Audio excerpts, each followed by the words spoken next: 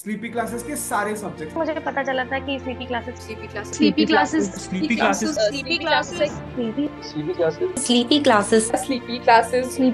मेरा स्लीपी के साथ इंटरेक्शन हुआ। Sleepy classes sleepy classes I completely relied on your channel. सिर्फ स्लीपी की वीडियोस भी देखी हैं। Sleepy classes sleepy classes is one of those मतलब इंस्टीट्यूशन जहाँ पे सभी टीचर अच्छे हैं। Hello everyone, I am Anubhav. I have secured All India rank 309 in CSE 2023. I am here to share my strategy of GS3 with all of you. I have scored one of the highest marks in GS3 and many people find it difficult to score a good marks in GS3. तो मैं 4-5 points में आपको GS3 में better करने की strategy share करूँगा। तो उसमें से सबसे पहले मैं स्टार्ट करूँगा बेसिक कंटेंट से। जो बिगिनर है वो कंटेंट कैसे बिल्ड करें। जैसे कि GS3 में 5 पिलर्स होते हैं, economics, agriculture, security, environment and science and tech. तो सबसे पहले जो न्यू कमर्स हैं मैं उनको बोलूँगा कि GS3 क्योंकि काफ़ी टेक्निकल नेचर का है, उसमें इकोनॉमी है, सिक्योरिटी है, तो उसमें सबसे पहले वो बेसिक अंडरस्टैंडिंग बिल्ड करें। इसके लिए वो सिलेबस को डाउनलोड करें और सिलेबस के हर टॉपिक को यूट्यूब पे या गूगल पे सर्च करके उसको होलिस्टिकली समझने की कोशिश करें। एंड आफ्टर डैट वो ट्राई करें कि मेंस ओरिएंटेड अपनी प्रिपरेशन पहले स्टार्ट करें, प्रीलिम्स के पहले ही स्टार्ट कर दें। उसके लिए वो मेंस के टॉपिक वाइज नोट्स बनाना शुरू करें और मेंस के टॉपिक वाइज नोट्स वो 1 पेजर नोट बना सकते हैं या ऑनलाइन नोट बना सकते हैं। इसके लिए वो गूगल की हेल्प लें। गूगल पे कोचिंग इंस्टीट्यूट्स ने हर टॉपिक पे काफ़ी सारा मटेरियल डाला होता है, तो उससे वो कंटेंट फिल्टर आउट करके 1 पेजर नोट बनाने की कोशिश करें हर टॉपिक पे। और वो नोट्स देखने में कैसे होते हैं, इसके लिए वो टॉपर चैनल्स का हेल्प ले सकते हैं। हर साल हंड्रेड्स ऑफ टॉपर्स अपने नोट्स और अपने स्टडी मटेरियल टेलीग्राम चैनल्स पे शेयर करते हैं। उससे वो एक रेफरेंस ले सकते हैं कि नोट्स कितने लंबे होते हैं, वो किन किन एरियाज को कवर करते हैं और क्या डाइवर्सिटी होती है उनकी। जैसे नोट्स में इंट्रोडक्शन होना चाहिए, उस टॉपिक का बेसिक बैकग्राउंड होना चाहिए, उस टॉपिक से रिलेटेड जो भी इश्यूज़ हैं वो होने चाहिए, सजेशंस होने चाहिए कि कैसे उस चीज़ को और बेटर कर सकते हैं, और एक कंक्लूजन होना चाहिए।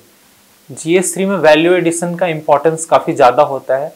वैल्यू एडिशन के लिए फैक्ट्स का आप यूज़ कर सकते हैं और डेटा पॉइंट्स का यूज़ कर सकते हैं। डेटा पॉइंट्स से हर पॉइंट को सब्सटेंशिएट करना काफ़ी इंपॉर्टेंट होता है, उसके बिना आपके पॉइंट्स काफ़ी हॉलो लगेंगे। जैसे कि गवर्नमेंट की रिपोर्ट्स होती है, NSO की, नीति आयोग की रिपोर्ट होती है, CMI रिपोर्ट होती है, इनको आप ट्राई करें ज़्यादा से ज़्यादा कोट करने का।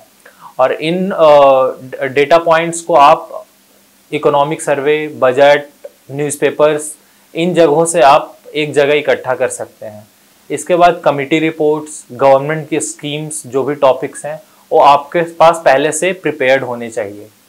और एक और चीज़ GS3 में जो वैल्यू एडिशन जो काफ़ी इंपॉर्टेंट होता है, मुझे लगता है इसी वजह से काफ़ी लोग बाकी GS में स्कोर कर पाते हैं, इसमें नहीं कर पाते हैं, क्योंकि इसमें मुझे लगता है कि मार्किंग हार्श होती है अगर आपका पॉइंट सब्सटेंशिएटेड नहीं है तो इसके लिए मैंने एक तरीका अपनाया था कि वैल्यू एडिशन को ही मैं पहले याद करता था और उस डेटा पॉइंट या उस एग्जाम्पल या उस कमिटी रिपोर्ट से उससे मैं पॉइंट की तरफ जाता था। जैसे पहले मैं वैल्यू एडिशन याद कर लेता था और उससे मैं पॉइंट सोचता था कि इस वैल्यू एडिशन को किस पॉइंट्स के साथ मैं यूज़ कर सकता हूँ। इससे मेरे पेपर में ज़्यादातर पॉइंट्स में वैल्यू एडिशन पहले से होता था। और इसके बाद मैं बोलूँगा कि इन चीज़ों को कंपाइल कहाँ से करें। तो कंपाइल करने के 4-5 सोर्सेज हैं। सबसे पहले तो आप बजट से और इकोनॉमिक सर्वे से कर सकते हैं, नीति आयोग के रिपोर्ट से कर सकते हैं, और थोड़ा अगर आप शॉर्टकट की तरफ जाएं तो आप टॉपर चैनल से, टॉपर के नोट से कर सकते हैं और टॉपर कॉपीज से कर सकते हैं। लेकिन मैं न्यू कमर्स को और जिनके पास टाइम अवेलेबल है उनको ये चीज़ अवॉइड करने बोलूँगा। मैं बोलूँगा कि आप न्यूज़पेपर्स को फॉलो करें, ईयर राउंड फॉलो करें, और उससे डेटा पॉइंट्स और वैल्यू एडिशन मटेरियल कमिटी को आप इकट्ठा कर सकते हैं। और यहाँ तक हम बॉडी की तरफ बात कर रहे थे कि आपका बॉडी कैसा होना चाहिए। पॉइंट्स की काफ़ी सारी डाइवर्सिटी होनी चाहिए, डिमांड को एड्रेस करना चाहिए और उसमें वैल्यू एडिशन होना चाहिए, डेटा फैक्ट से सब्सटेंशिएटेड होना चाहिए। और इकोनॉमी में या GS3 के ज़्यादातर पोर्शन में एग्रीकल्चर में लास्ट के पैरा में एक सजेशंस वाला कॉलम जरूर होना चाहिए, जिससे आप एक फॉरवर्ड लुकिंग कंक्लूजन आप अपना दे सकते हैं कि इस जो भी प्रॉब्लम्स हैं इन एरियाज में, जैसे एग्रीकल्चर में एक लाइव स्टॉक सेक्टर हो गया तो इसमें MK जैन कमेटी को कोट कर सकते हैं। इसमें जो भी नई चीज़ें आप लिख सकते हैं, जैसे न्यूजीलैंड का कोई बेस्ट प्रैक्टिस आपने डाल दिया लाइव स्टॉक सेक्टर में कैसे होता है, तो ये आपके को लास्ट में 0.51 मार्क एक्स्ट्रा फेच करेगा। और बॉडी के बाद इंट्रोडक्शन और कंक्लूजन का काफ़ी इंपॉर्टेंस है। इसको आप पहले से जितना प्रिपेयर करने की कोशिश करें और इसको मोल्ड करें उस क्वेश्चन के अकॉर्डिंग, जैसे कि गोल्डीलॉक्स फेज, सप्तऋषि, अमृतकाल, विकसित भारत, ऐसे टर्म्स को कंक्लूजन और इंट्रो में डालने की कोशिश करें, जिससे कि आपका आंसर बाकियों से बेटर दिखने में भी हो और कंटेंट वाइज भी हो। डीकेटी एक इस मामले में आई यूज्ड टू आल्सो, जब मैं एस्पिरेंट थी तो मैं भी डीकेटी देखा करती थी। I used to see the toppers talk there also, so for me it is a very great honour कि मुझे भी इसमें बोलने का मौका मिल रहा है, सो थैंक यू। और साइंस एंड टेक और इन्वायरमेंट वाले पार्ट के लिए स्पेशली इनके लिए मैंने मेंस ओरिएंटेड ज़्यादा प्रिपरेशन नहीं किया था।